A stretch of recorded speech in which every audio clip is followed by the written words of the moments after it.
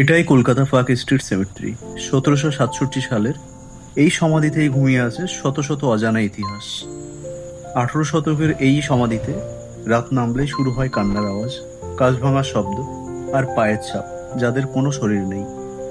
লোকেরা বলে যারা একবার রাতে এখানে ঢুকেছে সকালে কখনো আর আলো দেখেনি। এটা শুধু কবরস্থান নয়, এটা একটা সময়ের ফাঁদ। চলুন আজ আপনাদের নিয়ে যাব এবং খুঁজবো সত্যি কি এর পিছনে কিছু আছে, না এগুলো শুধুমাত্রই গুজব। তোমরা যদি এখানে আসতে চাও তাহলে শিয়ালদা থেকে আসতে পারবে। শিয়ালদা থেকে যে কোনো গাড়ি, বাস বা ট্যাক্সি পেয়ে যাবে, যেটা মল্লিক বাজার বললে তোমাদের, পার্ক স্ট্রিট সেমেন্টারি বললে তোমাদের এখানে দেখিয়ে যাবে।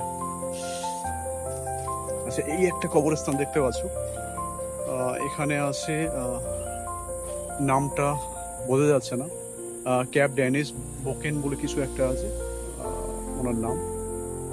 এটা উনি মারা গেছিল সম্ভবত অক্টোবর 1807 সালে, 26 বছর বয়সে মাত্র। চলো তোমাদের একটু কবরটা দেখাই পুরোটা।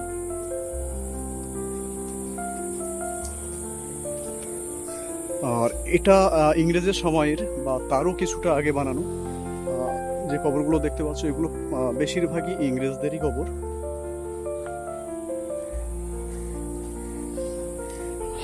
রীতিমতো ভয়, মানে একটা কাজ করছে, মানে এরকম মনে হচ্ছে না যে সঙ্গে কেউ একটা, মনে হচ্ছে যেন মানে আমি একা যাচ্ছি না, সঙ্গে আর কেউ যাচ্ছে। একটু পরিবেশগুলো দেখো।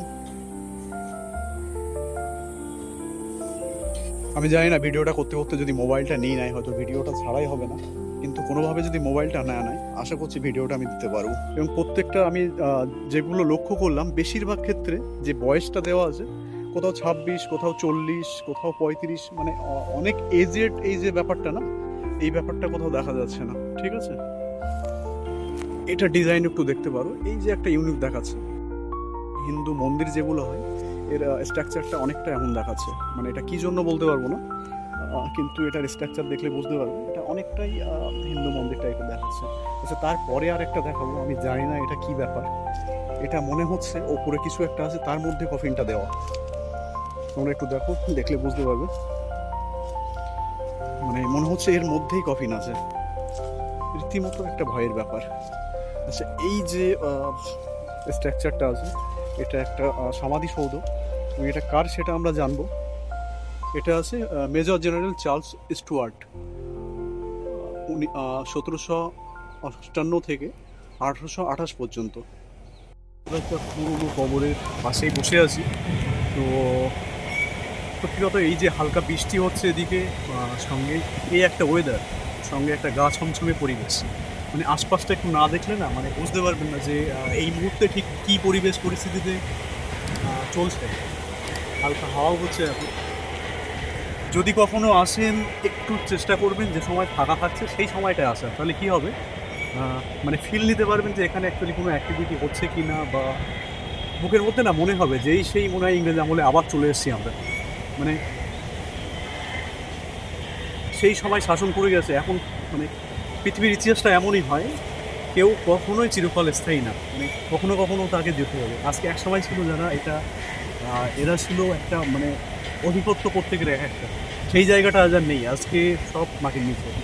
কোথাও না কোথাও আমাদের মানে আমাদের একটা একটা জ্ঞান নিতে হবে এখানে, যে আমাদেরও একদিন যেতে হবে।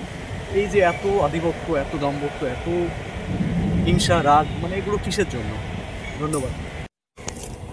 এখানে এক্সপ্লোর করতে করতে দেখলাম স্থানীয় দুজন এখানে কিছু পরিষ্কার করছে, তো তাদের সাথে কথা বলে নেব। দেখতে পাচ্ছি 25 বছর আগে ভয় লাগতো কেন, আর এখন এমন কি হলো যে এখন আর ভয় টয় পান না? মানে বন জঙ্গলের জন্য ভয় লাগতো? তাহলে এমনি সাপ পোকামাকড় ছাড়া আর অন্য কোনো ভয় ছিল না তো? ভূতের ভয়? মানে আগে নর্মালি এখানে কবরগুলো কাঁপতো? আচ্ছা আচ্ছা, আপনার কোনোদিন ভয় লাগেনি তো? না, হঠাৎ ধরুন কেউ একটা উঠে আসলো, উঠে এসে খোঁজ খবর নিতে লাগলো যে কেমন আছেন বা কি ব্যাপার? আচ্ছা,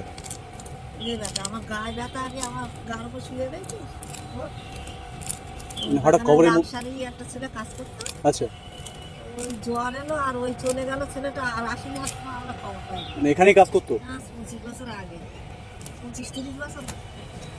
আচ্ছা, আচ্ছা।